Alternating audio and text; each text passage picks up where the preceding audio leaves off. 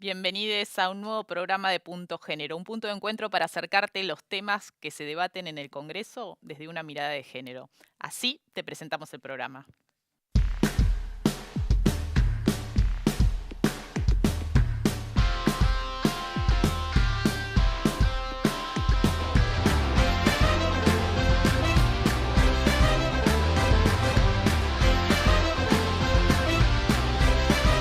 No soy tu deseo ni tu proyección.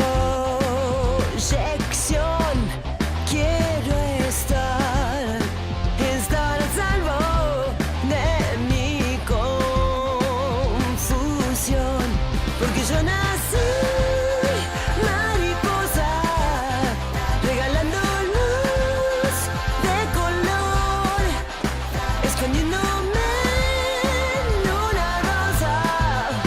No soy tu rey.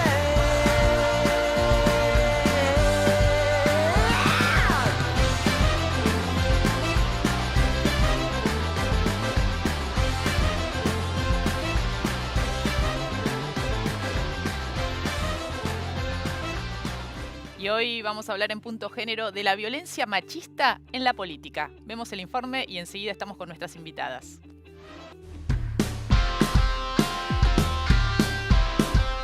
La Ley 26.485 de Protección Integral para prevenir, sancionar y erradicar la violencia contra las mujeres se sancionó en 2009. La norma habla de las distintas formas de la violencia machista, las tipifica, pero a casi 10 años de su implementación, surgen proyectos para incorporar una violencia que quedó afuera de la ley: la violencia política. Es aquella que cause daño o sufrimiento a una o a varias mujeres y que tenga por objeto menoscabar o anular el reconocimiento y goce de los derechos políticos tanto en el ámbito privado como en el público, dentro de los partidos políticos, los sindicatos, las organizaciones sociales y estudiantiles. La violencia política puede además contener muchas otras violencias y está contemplada por pactos internacionales de derechos humanos y la Convención de Belém do Pará.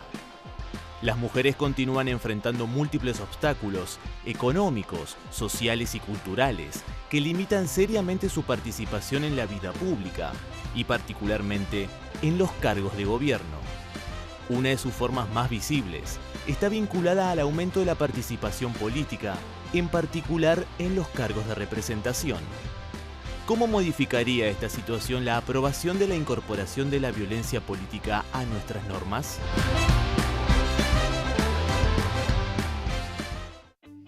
Tema muy interesante y para hablarlo estamos con la diputada nacional Gabriela Esteves, que ella es del Frente para la Victoria y es de Córdoba. Y también con Lucía Martelote, que es del equipo latinoamericano de Justicia y Género de ELA, que acaban de presentar justamente una investigación entrevistando a 45 legisladoras nacionales y de la legislatura porteña, preguntándoles, de las situaciones de violencia machista que sufren o han sufrido durante su gestión. ¿Cómo están? Hola, ¿qué tal? Muy buenas tardes. Gracias por acompañarme.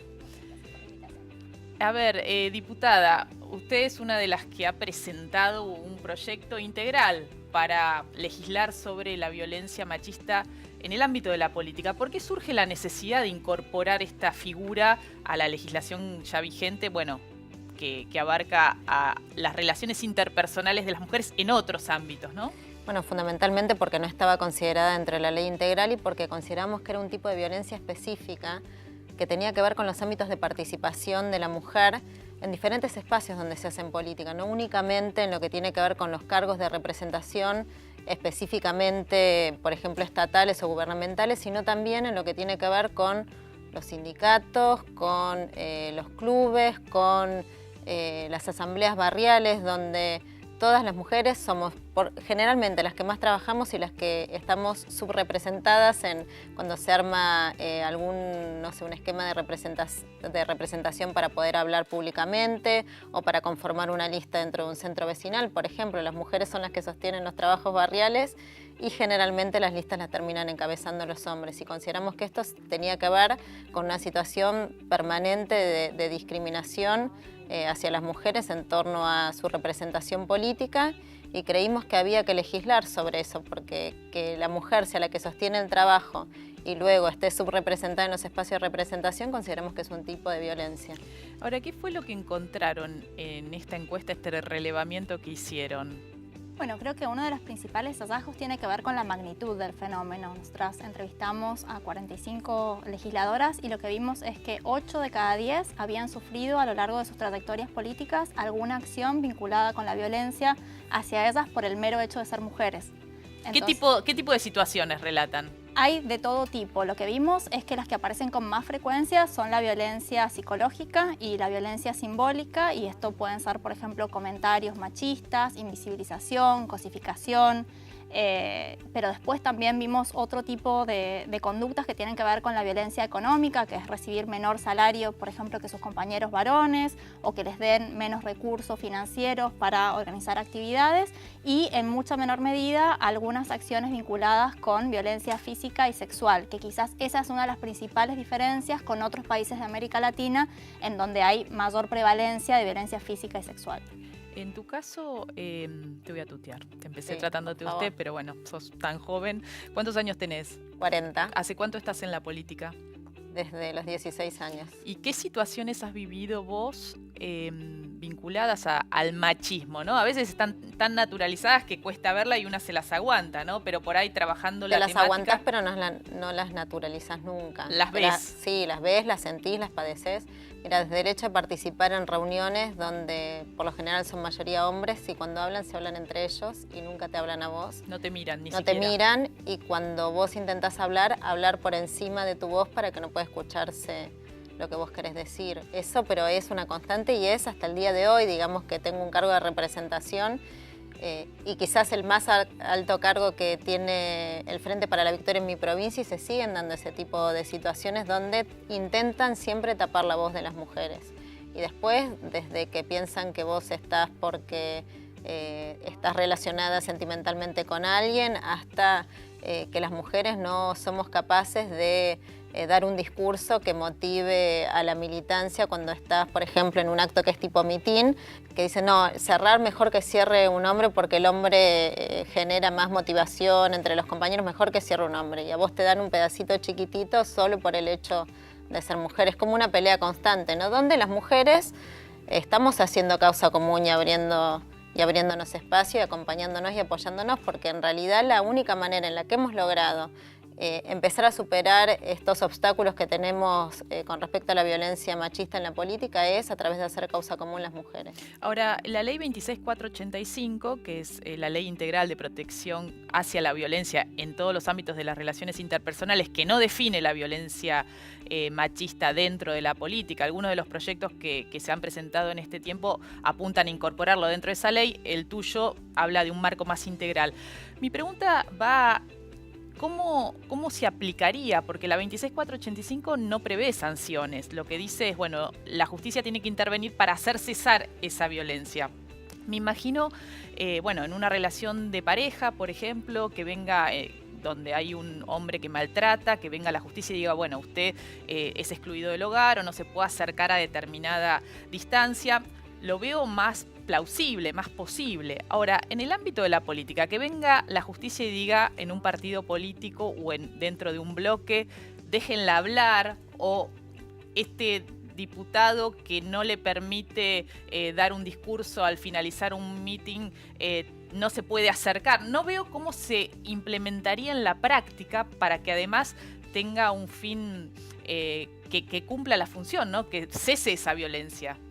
Creo que es interesante, como vos decías, Mariana, muchos de los proyectos que se han presentado tienen una concepción integral, y entonces, más allá de la atención concreta de los casos de violencia política, están pensando mucho en la prevención, en los mensajes en los medios de comunicación, que, como bien decía Gabriela, cómo tratan los medios de comunicación a las mujeres que hacen política suele ser muy violento, los comentarios sexistas, cómo se los presenta, la alusión a la ropa, su aspecto físico. Entonces, muchos de los proyectos hablan de la prevención, de campañas de sensibilización, de la generación de datos, y también creo que es importante pensar en medidas reparadoras, ¿no? Y hace poco hubo un caso en La Plata de una concejala que fue agredida y que después esto... ¿Fue agredida por quién? fue agredida por otro concejal de otro partido político. Ella hizo esta denuncia, no me acuerdo bien sobre a quién fue que hizo la denuncia, pero lo interesante del caso es que la resolución fue que este concejal tuvo que pedir disculpas públicamente, ¿no? Entonces, esas son formas en las que estamos dando mensajes que dicen que es importante que las mujeres podamos hacer política, ¿no? Así como la violencia política lo que busca es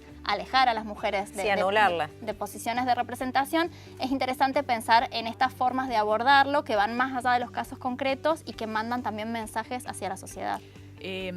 Bueno, decías vos, Lucía, que en otros países de la región la violencia contra las mujeres en la política adquiere otras características, ¿no? Tal vez la violencia física, bueno, el caso de Brasil, en México, ¿no? Mucho más graves. Esta semana estuvo nuestra cronista Amanda Alma entrevistando a Mónica Benicio, que estuvo acá en Buenos Aires, que es una activista por los derechos LGBT, socióloga, y era la compañera de Mariel Franco, justamente la concejal brasileña de la favela, socióloga, lesbiana, mujer y negra, que fue asesinada en marzo de este año, bueno, asesinada a balazos, ¿no? Tenemos el testimonio.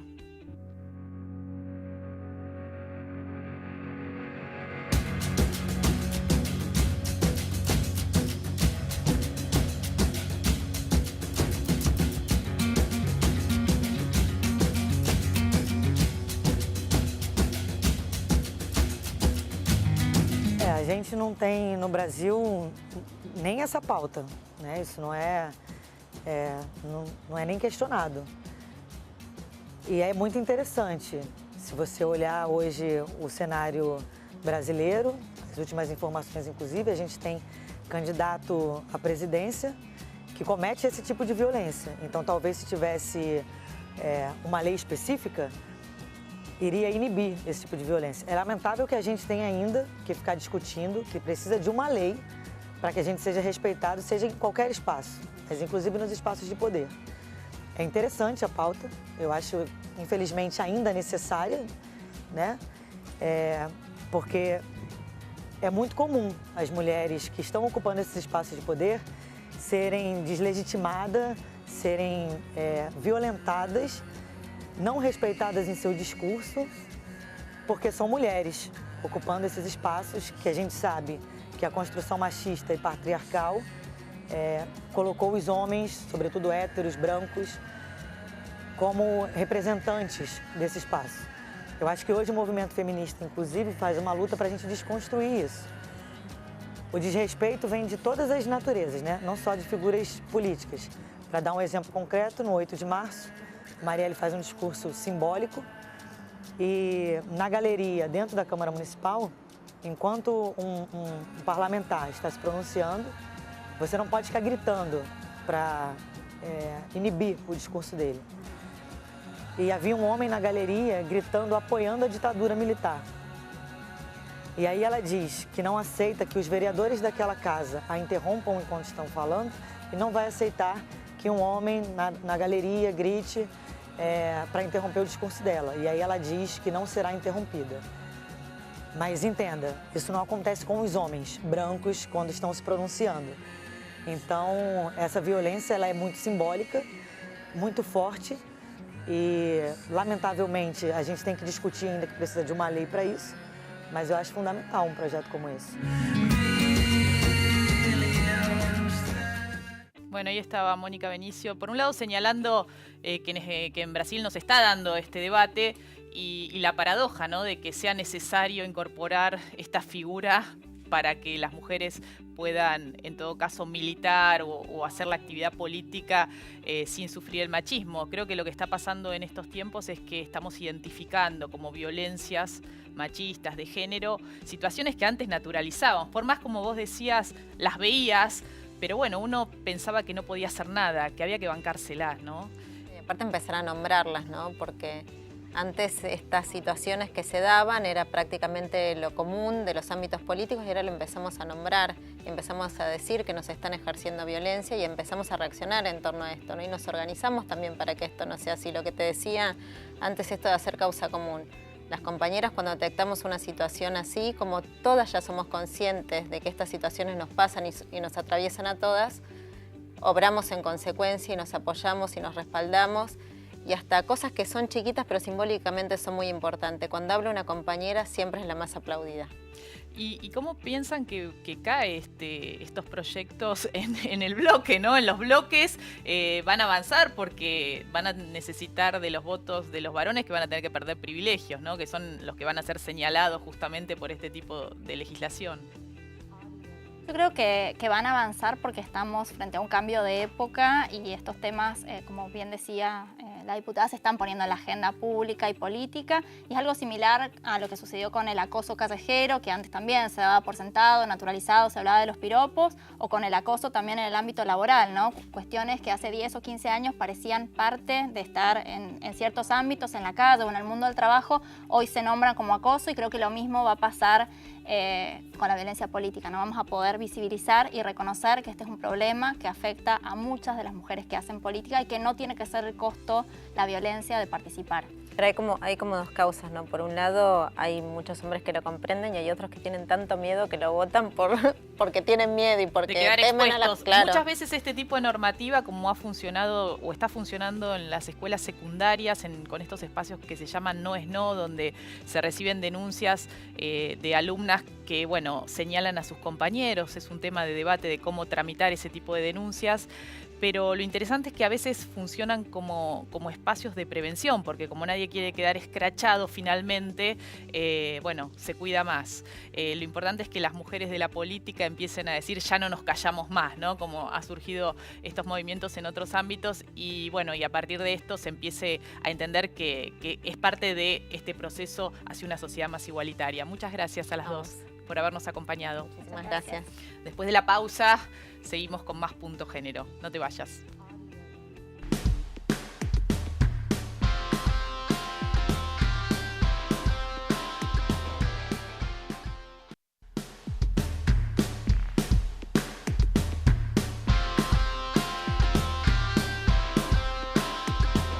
Seguimos en Punto Género y en esta sección, en cada programa, te vamos presentando a una diputada.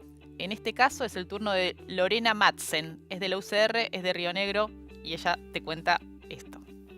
Yo soy Lorena Madsen, diputada nacional por la provincia de Río Negro, pertenezco al bloque de la UCR y al interbloque Cambiemos. Me enamoré de la Unión Cívica Radical y empecé a militar a los 18 años.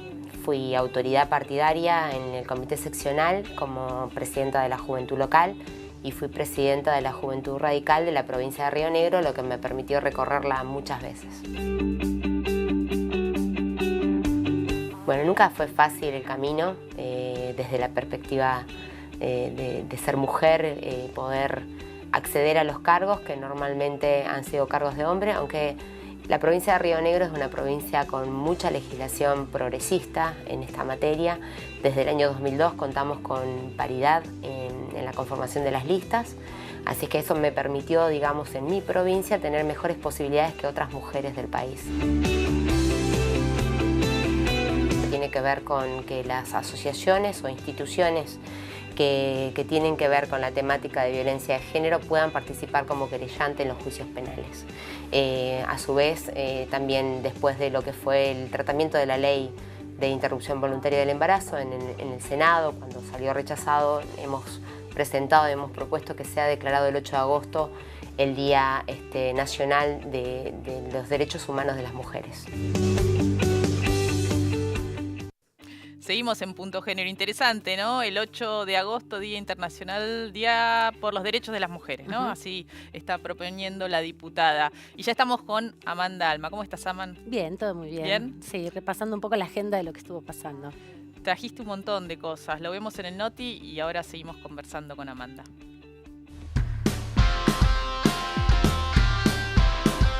India despenaliza la homosexualidad. La Corte Suprema le puso fin a una prohibición fijada en una ley victoriana del siglo XIX. La histórica sentencia establece que las relaciones sexuales entre adultos homosexuales no constituye una ofensa y que cualquier norma que persiga estas prácticas es discriminatoria y una violación de los principios constitucionales. Tomás Salvador Turi Rodríguez, diputado provincial salteño, será juzgado por violencia de género. Está acusado de haber golpeado a su ex esposa y haberle causado diversas lesiones, entre ellas una fractura nasal en mayo de 2017. La mujer también lo acusó de ejercer violencia psicológica. El senador Fernando Pino Solanas realizó un homenaje póstumo a la congresista brasilera Maril Franco como reconocida militante de los derechos de las mujeres. Fue asesinada en marzo de este año. La Comisión de Deportes dictaminó en favor de instituir el 21 de agosto como Día de las Futbolistas Argentinas, en reconocimiento a la selección de fútbol femenino, que en el año 1971 ganó el Campeonato Mundial en México tras vencer a Inglaterra por 4-0. En plenario de comisiones de la Cámara de Diputados, funcionarios de la Secretaría de Trabajo, Empleo y Seguridad Social y del Instituto Nacional de las Mujeres expusieron sobre el proyecto de equidad de géneros e igualdad de oportunidades que envió el Poder Ejecutivo como reforma al régimen de licencias especiales de la Ley de Contrato de Trabajo. Mujeres sindicalistas se reunieron con integrantes de la conducción de la Central de Trabajadores de la Argentina en rechazo al proyecto oficial de equidad de género por considerarlo una reforma laboral encubierta. La líder del pueblo mapuche, Moira Millán, fue amenazada en la provincia de La Rioja por un grupo de varones no identificados cuando ofrecía una charla abierta sobre educación.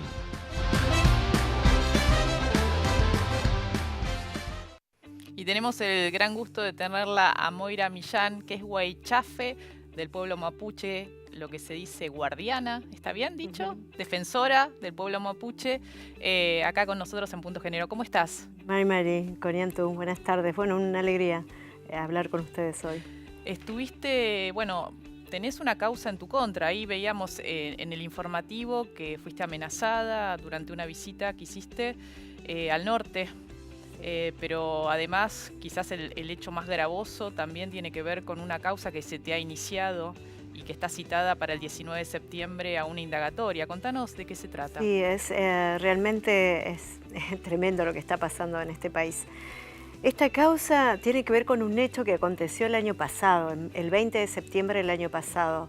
Nosotros ocupamos pacíficamente las instalaciones del Juzgado Federal como resultado del hartazgo que veníamos sintiendo respecto a los distintos allanamientos violentos que ordenaba el juez Guido Otranto en el marco de la causa de Santiago Maldonado. Entonces, el 18 de septiembre, el juez Guido Otranto ordena el allanamiento de la comunidad mapuche de Vuelta al Río y ahí se cometen vejámenes, violaciones, torturas, atropellos absolutos a nuestras garantías y derechos, con relatos que no voy a entrar a detallar, pero que son realmente repudiables. Y se resuelve en asamblea, en Traún, decimos nosotros, entrar al juzgado federal y demandar 3 puntos. Primero, que se investigasen los hechos y que se desafectara a los gendarmes que operaron de esta manera. En segundo lugar, que se investigase al juez Guido Otranto, se le pidiera la renuncia. Entendíamos que él no solo se tenía que correr de la causa de Santiago Maldonado, sino que él se tenía que apartar como administrador de justicia por la cantidad de irregularidades que estaba cometiendo y fundamentalmente por el nivel de violencia con que estaba llevando adelante la investigación en desmedro de nuestros derechos. Y lo tercero que se pedía, y esto ya era al país, era que se terminase el hostigamiento y la persecución al pueblo mapuche. Bueno, todo esto fue con absoluta calma, no se rompió ni un florero. Estuvimos desde las 9 de la mañana hasta casi pasadas las 2 de la tarde esperando que el juez Guido Otranto se dignara a dar la cara. Finalmente bajó, habló con todos nosotros y le fuimos detallando los testimonios cada una de las personas que habían atravesado en cuerpo y espíritu aquellas aberraciones, se las fueron narrando con lágrimas en los ojos y pidiendo que, por supuesto, fuera investigado y los 3 puntos que demandábamos. Salimos alrededor de las casi pasadas las 2 de la tarde del edificio sin ningún tipo de inconveniente y a las horas nos enteramos que él iba a ser corrido de la causa de Santiago Maldonado Y al mismo tiempo que estábamos celebrando esa pequeña batalla ganada, nos enteramos que le habían quemado la casa al vocero de la comunidad, que afortunadamente su esposa y sus hijitas estaban fuera de la vivienda porque si no hubieran muerto calcinadas. Y de ahí se dieron una serie de situaciones, como por ejemplo que al siguiente día aparece un montón de efectivos policiales con el fiscal y se da esa famosa foto que se viralizó porque como soy huaychafe, que sería como guardiana o defensora de la vida, no solamente de mi comunidad sino de los territorios, se me pide a mí que requise a la policía, se la palpe y que no entren armados al territorio mapuche. Eso no está tipificado porque así jamás se le ocurrió a ninguna mujer hacer semejante cosa, pero eso dentro de la normativa mapuche entra perfectamente. ¿Esa es la figura o el episodio por el cual a vos se te abre la causa y por el cual vas a tener que ir a declarar ahora a una indagatoria? Yo creo que es una pequeña venganza de las fuerzas de seguridad y del juez, porque en realidad no existe, digamos, un delito, no es delito palpar a un policía y requisarle las armas. Coacción agravada es la figura, ¿no? Coacción agravada es porque el juez dice que yo le obligué a hacer cosas que él no quería, lo cual es mentira, yo entré en solidaridad. Entonces es por la ocupación pacífica del juzgado federal. Y este delito de llegar a obtener una condena tiene de 2 a 4 años de prisión. Ahora bien, técnicamente yo debería ir el 19 y entrar, declarar e irme. Técnicamente eso debería suceder. Pero las condiciones políticas de persecución a mi pueblo y en particular en este momento a mi persona me hacen temer que eso no suceda, que no haya garantías. ¿Vos tenés miedo de quedar presa? Yo creo, sí, en gran parte percibo que algo así se viene. Se postergó la audiencia en 2 oportunidades y bueno, no sé lo que va a acontecer. Y lo que más me preocupa no es quedar presa ilegalmente y atropellando todas las garantías. La indolencia del pueblo argentino me preocupa, la indiferencia. Justamente te quería preguntar, Moira, en relación a esto, ¿cómo nos puedes contar a todos los que estamos acá en la Ciudad de Buenos Aires, sobre todo, donde está el Congreso de la Nación, cómo es este proceso de persecución que vos venís denunciando, no solamente ahora hacia tu persona, sino hacia las mujeres mapuches en general? Y también si ha habido algunas respuestas del Congreso, si ha habido una convocatoria desde las comisiones de derechos humanos, por ejemplo, para seguir la cuestión, sobre todo de la violación de los derechos humanos en este tipo de acciones. La verdad es que hacia nosotros una omisión, una invisibilización tremenda. Jamás fuimos convocadas. Hay más de 20 procesamientos en la provincia de Chubut contra mapuches y en su mayoría contra mujeres. E incluso la situación de los niños de 3 a 11 años que fueron precintados, que fueron torturados, que fueron encerrados en una celda, que son nuestros hijos, nuestros nietos. Sobre ese hecho puntual que no hace mucho tiempo sucedió, tampoco hubo ningún tipo de convocatoria por parte de la Comisión por los Derechos Humanos o generar algo que realmente ejerza presión para que se investigasen estos hechos. Y puntualmente con relación a la situación de nosotras las mujeres mapuches tampoco hubo nada. Y yo que soy la ideóloga y fundadora del Movimiento de Mujeres Indígenas por el Buen Vivir, vengo denunciando todo lo que ha sido el feminicidio indígena en el norte, con sicariatos de empresas transnacionales que operan, de hermanas violadas y mutiladas en sus cuerpos para poder invadir esos territorios. Vengo denunciando también la indiferencia de los sectores que deberían bregar por nuestros resguardos, nuestra seguridad. De hecho, la ley de aborto, la legalización del aborto, por ejemplo, a quienes se consultó diferentes sectores de mujeres, se olvidaron de convocarnos. No estuvimos ahí. No estuvieron en las audiencias. No estuvimos en las audiencias. ¿Cuáles son las imputaciones a las mujeres que decís que están procesadas? Hay diferentes tipos de causas, algunas del fuero provincial, que son penales o civiles, como abigeato, usurpación, y hay otras del fuero federal, en donde aparecen de manera casi forzada, tratando de llevarnos a todas nosotras a la figura de la aplicación de la ley antiterrorista, y eso nos preocupa muchísimo. Y esto tiene que ver también con los informes truchos o informes completamente difamatorios en el que se nos indalga una supuesta célula terrorista que no existe. De hecho, la Secretaría de Seguridad de la Nación dijo que yo era la ideóloga y vocera de la RAM, una célula terrorista que no existe. ¿Y crees, Moira, que toda esta movida que ustedes están denunciando tiene que ver con la disputa por las tierras fundamentalmente? Definitivamente, tiene que ver no solamente con la interpelación al latifundio, sino fundamentalmente con la instauración de un modo de vida en unidad y consenso con el pueblo argentino, que es la armonía con la naturaleza, es recuperar la reciprocidad entre los pueblos y con la naturaleza. Y eso le preocupa muchísimo a los intereses billonarios de las empresas extractivistas, porque no se trata del pueblo mapuche solamente en sus derechos particulares o seculares, sino de un modo de vida en la tierra, que nos acerque, que nos ayude a vivir y a recuperar el respeto para con la naturaleza. Bueno, muchas gracias por haberte acercado acá. Por supuesto tenés el espacio para denunciar lo que está pasando. Muchas veces cuesta que se las escuche, ¿no? Sobre todo a las mujeres de los pueblos originarios. Gracias, Amanda, por haberla traído a Moira. Y bueno, nosotras y nosotros y nosotres nos volvemos a encontrar la semana próxima con más Punto Género. Chau.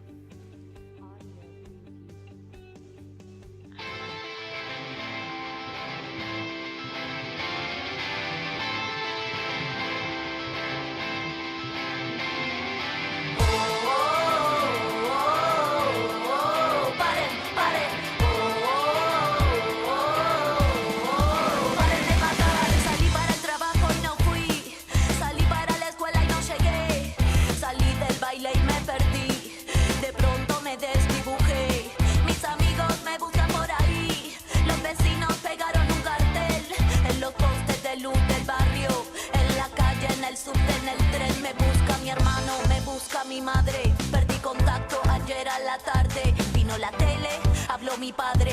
La red explota, el Twitter arde. Si tocan a una, nos tocan a todas. El femicidio se puso de moda. El juez de turno se fue a una boda. La policía participa en la joda y así va la historia.